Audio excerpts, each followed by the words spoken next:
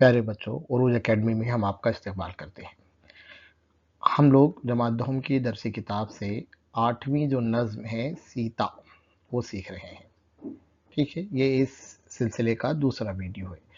इससे पहले के वीडियो में हमने देखा था कि भारत के अंदर या दुनिया में ऐसी पुरअसर ख़वातीन कौन-सी हैं, है ना? कि ख़वातीनों ने कौन-कौन से अलग-अलग मौक़ों पर, अलग-अलग मैदानों में जो नुमायाँ कारकर्दगी अंजाम दी है, उनके बारे में हमने देखा था।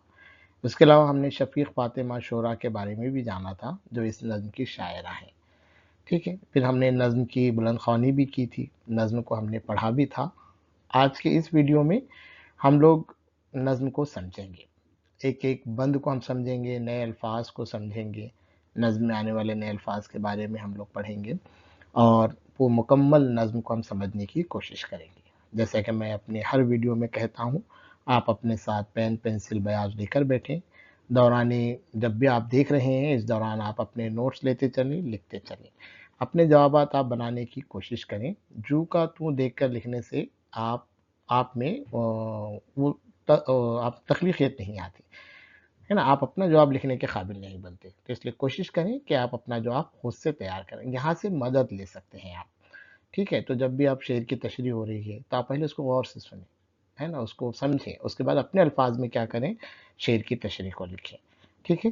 तो आइए शुरू करते हैं। समझते हैं नज़्म को। सीता। जब हम नज़्म की बात आती है, नज़्म कौन से उन्वान से? सीता, जो एक रामायण का एक किरदार है। तो नज़्म समझने से पहले हमको सीता की मुकम्मल कहानी को समझ लेना ज़रूरी है, कि भई ये सीता जो कैरेक्टर है, जो किरदार है, ये रामायण का किरदार है। तो ये कौन थी, क्या थी? इनको जानना बहुत ज़्यादा ज़रूरी है। पहले हम क्या करेंगे, पूरी सीता की कहानी को हम समझेंगे। जब हम सीता की कहानी को समझेंगे, तभी हम नज़्म समझने के क्या हो सकते हैं, काबिल हो सकते हैं। तो सीता जो है एक शहज़ादी थी, है ना? जो रामायण जिसने लिखा वाल्मीकि थे, उन्होंने लिखा रामायण, तो उनके मुताबिक सीता जो है राजा जनक की बेटी थी। ना, और भगवान राम की अहलिया थी। भारत के अंदर भगवान राम को अक़ीदत की नज़र से देखा जाता है। अहलिया थी मतलब उनकी बीवी थी, ठीक है? तो सीता का जो कैरेक्टर है ना? सीता माँ कहा जाता है, सीता मैया कहा जाता है। तो हिंदू मज़हब के अंदर उन्हें पाकीज़गी, वफ़ादारी और सब्र की अलामत माना जाता है। वैसे क्यों समझते होंगे? पाकीज़गी, वफ़ादारी और सब्र की अलामत क्यों समझते होंगे? तो उसके पीछे एक बहुत बड़ी कहानी है, ठीक है? जो भगवान राम के जो वालिद थे राजा दशरथ, उनकी एक रानी थी, रानी कैकई। वो अपने बेटे भरत को राजा बनाना चाहती थी। तो उन्होंने क्या किया, राजा दशरथ से भरत को राजा बनाने के लिए बज़िद रही। अब इससे पहले कहा जाता है कि राजा दशरथ की रानी कैकई ने जान बचाई थी और उस जान बचाने के इसमें राजा बहुत खुश हुए कि भई रानी ने उनकी जान बचाई और कहा कि चलो ऐसी 2 बातें, 2 वादे मेरे से ले लो, जो भी आप कहोगे मैं उसे कबूल करूँगा। तो रानी ने कहा कि जब ज़रूरत पड़ी जब मैं लूँगी। तो अब रानी केतकी अपने बेटे भरत को क्या करना चाह रही थी, राजा बनाना चाह रही थी और राजा दशरथ चाह रहे थे कि राम को राजा बनाएँ। तब रानी ने क्या किया, अपने वो वादे वापस निकाले और राजा राजा से कहा, राजा दशरथ से, कि भई आपने मुझसे 2 वादे कहे थे कि भई मैं 2 बातें आपकी मानूँगा और वो मैं अब आज आपसे माँग रही हूँ। तो राजा दशरथ ने पूछा कि बोलो क्या है? तो रानी कैकई ने उनसे 2 वादे माँगे। एक, कि भई आप भरत को राजा बनाएँ और राम को 14 साल के लिए बनवास भेज दें। बनवास भेज दें मतलब जंगलों में भेज दें। जो जो महल है, राजपाट है, सबसे दूर क्या करें, उनको भेज दें। अब राजा दशरथ को मजबूरन ये बात मानना पड़ी, क्योंकि उन्होंने वादा किया था कि भई जो कहोगे वो मानूँगा। इसके लिए सीता अपने शौहर के साथ, जब राम बनवास जा रहे हैं तो सीता भी उनके साथ क्या हो गई, बखुशी बनवास के लिए 14 साल के लिए बनवास में जंगलों में आ गए। उनके साथ राम और उनके भाई लक्ष्मण भी उनके साथ में थे। ठीक है? तो ये सीता का ये कैरेक्टर है। अब वहाँ पर क्या हुआ, जंगलों में रहते हुए, जंगलों का एक राजा था, लंका। लंका एक जहाँ मुकाम था और लंका का राजा रावण था। तो रावण सीता की खूबसूरती से बहुत मुतासिर था। वो चाहता था कि भई सीता से शादी करे। इसलिए उसने क्या किया, उनका चालाकी से अगवा किया। अगवा करने के पीछे भी एक कहानी है। एक सुनहरी हिरन उनकी कुटिया के पास भेजा गया, सीता के पास। सीता ने जब वो सुनहरी हिरन को देखा, तो बहुत खुश हुई और राम से कहा कि भई वो हरण पकड़ कर मुझे दीजिए आप। राम उस हरण को पकड़ने के लिए उसके पीछे चले गए, लक्ष्मण वहाँ पर थे। तो फिर वो हरण आगे चला रहा, हरण तो एक भेष बदला हुआ इंसान था। तो जब वो आवाज़ आने लगी, राम की आवाज़ निकाल कर बोला बचाओ, बचाओ, लक्ष्मण भी उसके पीछे चले गए। अब सीता अकेली थी, रावण ने उनका क्या कर लिया वहाँ पर अगवा कर लिया। अब रावण का अगवा कैसे किया उसने? साधु के भेष में उनकी कुटिया के पास आए भीख माँगने के लिए और अगवा कर लिया और रावण ने सीता को अपनी कैद में रखा, लंका में अपनी कैद में रखा। अब कैद में रखकर जब पता चला कि भई सीता का अगवा हो गया तो राम, लक्ष्मण और उनकी फ़ौज और हनुमान जी की फ़ौज ने पूरी जद्दोजहद की और सीता को रावण की कैद से आज़ाद कराया। तो इस तरीके से मुख्तसर सा किस्सा मैं आपके लिए बयान कर रहा हूँ, आप इसको समझना बहुत ज़रूरी है। फिर अब क्या हो गया, सीता को जब वापस आए, जब सीता रावण की कैद से वापस आई, आज़ाद करा लिया गया, तो इसको अच्छाई अच्छाई बुराई पर अच्छाई की जीत तस्लीम की गई। ठीक है? यहाँ पर उल्टा हो गया देखिए, बुराई पर अच्छाई की जीत तस्लीम की गई कि भई ये जो है राम की जो फ़तेह है, रावण की जो शिकस्त है, यानी बुराई हार गई और सच्चाई क्या हो गई? जीत गई। ऐसा तस्लीम किया जाता। लेकिन क्या हो गया कि जब सीता रावण की कैद में थी, तो बहुत सारे लोगों ने बातें बनानी शुरू की कि भई इतने दिन तक सीता रावण की कैद में रही, तो वो थोड़ी पाक-बाज़ करेंगे, कैसे पाक-बाज़ रह सकती हैं? तो फिर अब क्या तय हुआ कि भई सीता को ये कहा गया कि आप अपनी पाक-दामनी का क्या करो? सबूत दो, कि भई आप इतने दिन वहाँ पर रही और अब आपको कि भई आप पाक-दामन हैं, आप उसको सबूत आपको देना पड़ेगा। तो इसके लिए सीता को अग्नि परीक्षा देना पड़ी। अग्नि परीक्षा हिंदी लफ्ज़ है। अग्नि कहते हैं आग को और परीक्षा कहते हैं आज़माइश को। अग्नि परीक्षा देनी पड़ी मतलब अब आपको क्या करना है? आग से गुज़रना है। सीता उसके लिए तैयार हो गई क्योंकि वो पाक-दामन थी, उनको किसी बात का डर नहीं था। सीता आग से ऐसे गुज़र गई कि बस एक शोले की तरह गुज़र गई। जिस तरह आग की रफ़्तार होती है, शोलों की रफ़्तार होती है, सीता भी बस उसी तरीके से गुज़र गई और आग ने उन्हें कोई नुकसान नहीं पहुँचाया। तो इसलिए सीता क्या हो गई? अग्नि परीक्षा में खरी उतर गई। लेकिन लोग जो ये बातें बनाने वाले जो होते हैं ना, तो वो खामोश नहीं बैठते। एक ज़माना फिर बाद में आया कि भई भगवान राम जो है राजा बने। जब राजा बने तो रियाया के बहुत सारे लोगों ने फिर से दोबारा से सीता की पाक-दामनी पर सवाल उठाए कि भई इतने दिन सीता उनकी कैद में थी, इतना अरसा उनकी कैद में थी। तो अब क्या किए फिर? उनको दोबारा जंगल भेज दिया गया, वापस जंगल भेज दिया गया। जब वो जंगल में वापस गईं, फिर कई साल के बाद वापस उन्हें और राम के दरबार में बुलाया गया और कहा गया कि भई आप अपनी पाक-दामनी का सबूत दें। तो अब सीता ने फिर क्या कहा उस वक़्त? सीता ने ज़मीन से इल्तिजा की, धरती से इल्तिजा की कि अगर मैं वाक़ई पाक-दामन हूँ, तो ये धरती फट जाए और सीता उसमें समा जाए। तो ज़मीन फट गई और सीता उसके अंदर समा गई। हमेशा-हमेशा के लिए ज़मीन ने सीता को अपने अंदर क्या कर लिया? समो लिया। तो ये मुख्तसर किस्सा मैंने आपको सीता का बताया कि भई ये किस्सा आपको जानना क्यों ज़रूरी है, ये कहानी आपको जानना क्यों ज़रूरी है ताकि आप नज़्म को अच्छे से समझ सकें। इन सारी बातों को शायरा ने अब नज़्म की शक्ल में क्या किया है, हमारे सामने पेश किया है। अब आइए हम नज़्म को समझते हैं, ठीक है? ये नज़्म का पहला बंद है। तेरा नाम लेकर सहर जागती है, तेरे गीत गाती है तारों की महफ़िल। तेरी ख़ाक के पा हिंद का राज़ अज़मत, तेरी ज़िंदगी मेरे ख्वाबों की मंज़िल। कहानी तेरी सुन के थर्रा उठी मैं, धड़कने लगा ज़ोर से फिर मेरा दिल। सहर कहते हैं सुबह को, ठीक है? ख़ाक के पाँव यानी पैरों की धूल। अब शायरा यहाँ पर बयान कर रही है कि ये नज़्म का पहला इब्तिदाई बंद है। शायरा बयान कर रही है कि भई भारत के जो हिंदू मज़हब के मानने वाले लोग हैं, सीता को अक़ीदत की नज़र से देखते हैं। सुबह-शाम क्या करते हैं, वो सीता का नाम लेते हैं, उसकी अज़मत बयान करते हैं, ठीक है? तो भारत में हिंदू मज़हब के मानने वाले लोग ज़्यादा हैं, अक्सरियत में हैं, तो इसीलिए कहा गया तेरी ख़ाक के पा हिंद का राज़ अज़मत। यानी भारत के लोग क्या करते हैं, सीता की अज़मत बड़ाई बयान करते हैं। न सिर्फ़ भारत के लोग बल्कि तारों की महफ़िल में भी इनका ज़िक्र होता है। तारों की महफ़िल में कौन से लोगों का ज़िक्र होता? जो वाक़ई में जो है अपने किरदार की बुलंदी पर होते हैं, तो उनका ज़िक्र होता है। अब जैसे हमने कहानी सुनी, सीता की कहानी सुनी है कि सीता की कहानी जो है बहुत नशेब-ओ-फ़राज़ से गुज़री, एक जैसी गुज़री क्या नहीं। तो शायरा यहाँ पर बयान कर रही है कि भई मैं तेरी जब कहानी सुनी, मैं सीता की कहानी सुनी तो मैं थर्रा उठी कि भई एक औरत को कितनी मर्तबा आप सबूत माँगेंगे पाक-दामनी का, इफ़्फ़त का, है ना? शहज़ादी है, लेकिन राजपाट छोड़कर क्या करना, जंगल में जाना पड़ा, है ना? पहली बार तो राम के साथ, अपने शौहर के साथ चले गए जंगल में। तो शायरा यहाँ पर जो इसार, कुर्बानी, जज़्बात से जो सीता की ज़िंदगी भरी हुई है, उसको कह उसे सोचकर कह रही हैं कि मेरा दिल क्या हो रहा है, ज़ोर-ज़ोर से धड़कने लगा है। ठीक है? आगे बढ़ते हैं। देखिए नज़्म का दूसरा सफ़र, नज़्म का दूसरा बंद है यहाँ पर, ठीक है? वो पैहम सफ़र, वो हवादिस के तूफ़ान, वो पैरों में छाले, वो हँसती निगाहें। यहाँ पर सीता की बुलंदी देखिए, किरदार की बुलंदी को बयान किया कि भई आप मुसलसल सफ़र में हैं। पैहम यानी क्या? पे दर पे मुतवातिर, एक हुआ दूसरा शुरू, एक सफ़र ख़त्म दूसरा शुरू। अच्छा सफ़र भी आसान था क्या? हवादिस के तूफ़ान, कई हादसे उसमें आए। एक हादसा यानी जब हम जंगल में होते हैं तो हमारी ज़िंदगी आसान नहीं होती। एक मुसीबत ख़त्म हुई, दूसरी मुसीबत आ रही।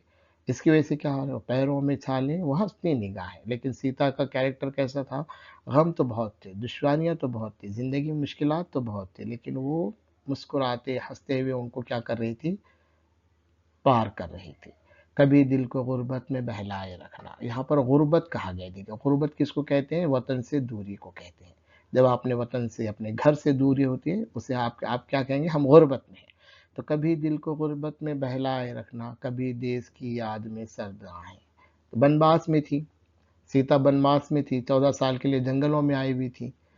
तो अपने वतन की याद तो हर एक को आती है, महल की आसाइशें तो हर एक को याद आती है, तो फिर सर्द आहें बनाने गम का इज़हार कर रही है। रही साल हा साल तू ज़्यादा पैमा, ज़्यादा पैमा मुसाफिर को कहते हैं कि भई 1-2 साल की बात है क्या, साल हा साल सीता क्या रही, सफ़र में रही। ये धुन थी कि तय हो रियाज़त की राहें। क्यों सफ़र में थी? जैसा मैंने शुरू में कहानी बताया आपको। 2 मर्तबा सीता को जंगल में जाना पड़ा। एक मर्तबा तो राम के साथ वनवास में रहीं, दूसरी मर्तबा अपनी पाक-दामनी का सबूत देने के बाद भी उनको जंगल भेज दिया गया, है ना? तो क्यों ऐसे की कि भई अपनी जो इबादत है, यानी पाक-दामनी क्या करें, वो साबित कर पाएँ। इसके लिए वो क्या रहे, बारहा जंगल रहे। ठीक है? तो इस तरीके से इस शेर के अंदर, इस बंद में शायर क्या कर रहे हैं, सीता की मुश्किलात को बयान कर रहा है और साथ ही साथ उन्होंने मुश्किलात को कैसे तय किया, कैसे पाया, ठीक है? गम का मुज़ाहरा भी नहीं किया और कोई शिकायत नहीं की और इस कोशिश ये थी कि बनवास किस तरीके से पूरा हो जाए और उनकी पाकदामनी को साफ का सबूत मिल जाए। इसी बात की उनकी क्या थी? कोशिश थी। ठीक है? आइए आगे बढ़ते हैं। ये नज़्म का तीसरा बंद है देखिए। मगर आज़माइश थी कुछ और बाक़ी। आज़माइश कहते हैं इम्तिहान को। ठीक है? अभी सामने और भी इम्तिहान थे। असेरी, फिर एक राक्षस की असेरी। असेरी यानी क़ैद। ठीक है? अभी जंगल में तो आए, जंगल में रह रहे हैं, जंगल में अभी तो कुटिया बना के रह रहे हैं। महलों की आसाइश है, आराम है, सब कुछ तो ख़त्म हो गया। लेकिन अब क्या हुआ? और इम्तिहान सामने थे। क्या हुआ? रावण का किस्सा आ गया। रावण की क्या हो गई? राक्षस की हस्ती। राक्षस यानी शैतान को कहते हैं। ठीक है? तो राक्षस ने क्या किया? असेरी में ले लिया, कैद में ले लिया और कैसे लिया? मैं बताया आपको, साधु बनकर आया। जब उनकी हिफाज़त करने वाले राम और लक्ष्मण जो थे, सीता की हिफाज़त में हमेशा लगे रहते थे, लेकिन वो दूर चले गए थे। है ना? तो लेकिन फिर भी क्या हो गया? कैद में ले लिया राक्षस ने। तेरी पाक फ़ितरत एक सिपर थी, सिपर बोले तो ढाल। लेकिन सीता जो है रावण की कैद में तो चली गई, लेकिन रावण की फ़रमाइशों को पूरा नहीं कर पाई। रावण की फ़रमाइशें क्या थी? रावण उनकी खूबसूरती से बहुत मुतासिर था। सीता की खूबसूरती से मुतासिर था और उनसे शादी करना चाहता था।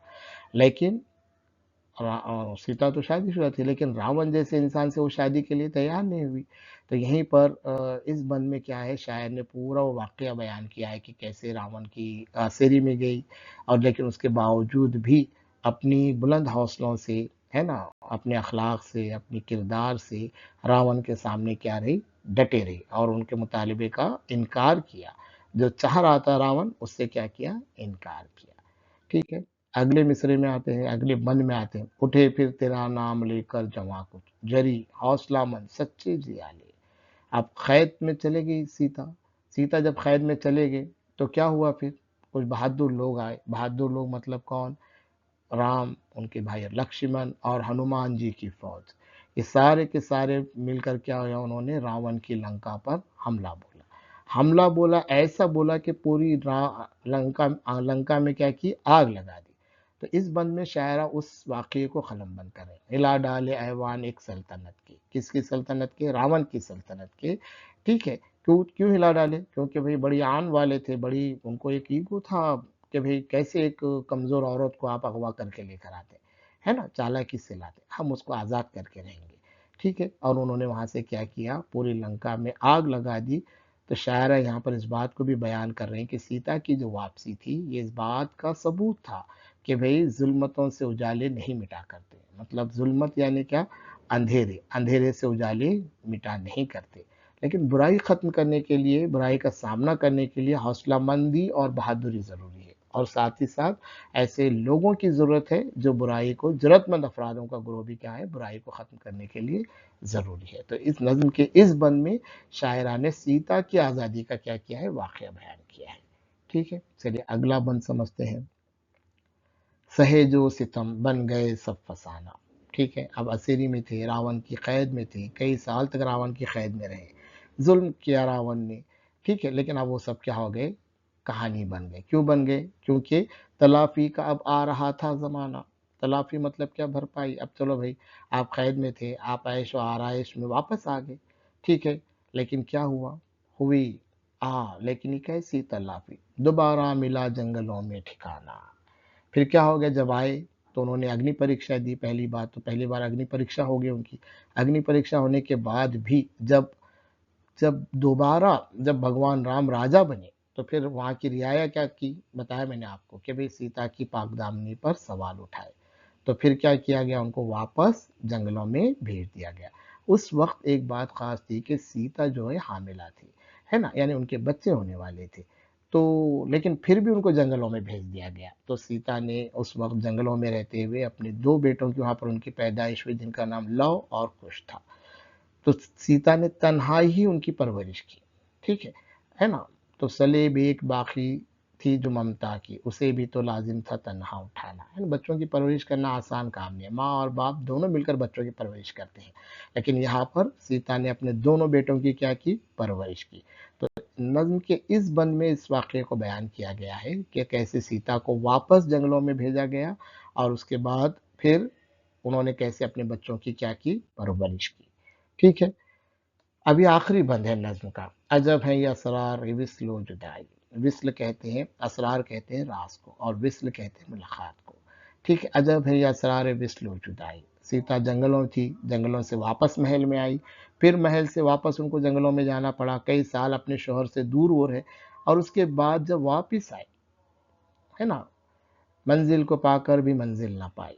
इसलिए कहा गया कि सीता को बार बार क्या करना पड़ा, अपनी अपनी पाकदामनी का सबूत देना पड़ा, आजमाइशों से गुजरना पड़ा, ठीक है, दो मरतबा देना पड़ा। तो इस बंद के अंदर दोनों वाकयात का जिक्र किया। एक ऐसा सितम था कि इफ़्फ़त की देवी सबूत अपनी इफ़्फ़त का देने को आई।